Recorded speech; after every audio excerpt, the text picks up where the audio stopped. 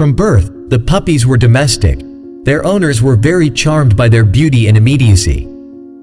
When the puppies were very small, their owners got an apartment they had been waiting for years.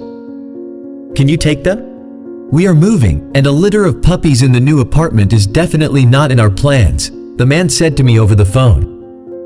I hesitated. The puppies were still very tiny and feeding them would be a lot of work.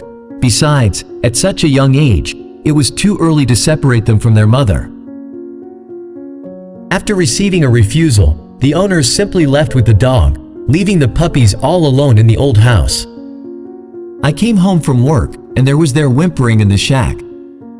The tenants didn't leave any new address or phone number, only your number was there, a neighbor told me over the phone. I wasn't prepared to take care of babies that needed to be fed every hour, but there was no one else who would agree to take the little ones. Even paid foster care didn't want to deal with such young puppies, and the vet advised getting rid of them altogether. I went to pick up the puppies with a heavy heart, especially since all the remaining money went to pay for the taxi. An hour later, the puppies were at my home, and after drinking warm milk, they slept sweetly.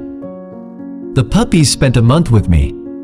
Having no other mother to remember, the babies followed me everywhere.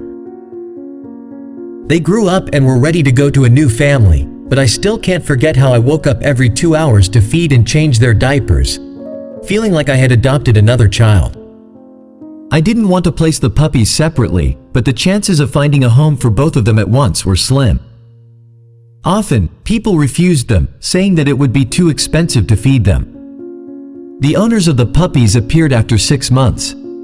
I told them that the puppies couldn't survive without their mother and they left, lecturing me on responsibility and accusing me of indifference. Soon after, I met my classmate on the street.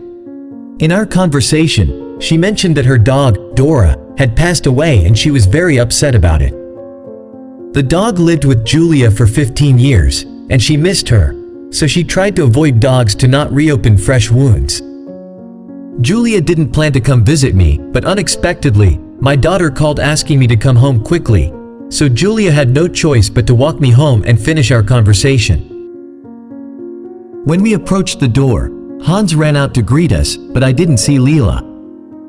When we found Leela, it turned out she had hurt her finger, causing her nail to tear. The dressing was done right away, and Julia offered to take the puppies. She knew how to do dressings and assumed I wouldn't have much time for it, as I cared for dozens of animals. For almost 4 years now, Leela and Hans have been living with Julia and love their owner very much. That's how the story of the puppies, who were left alone to die in a house, ended happily.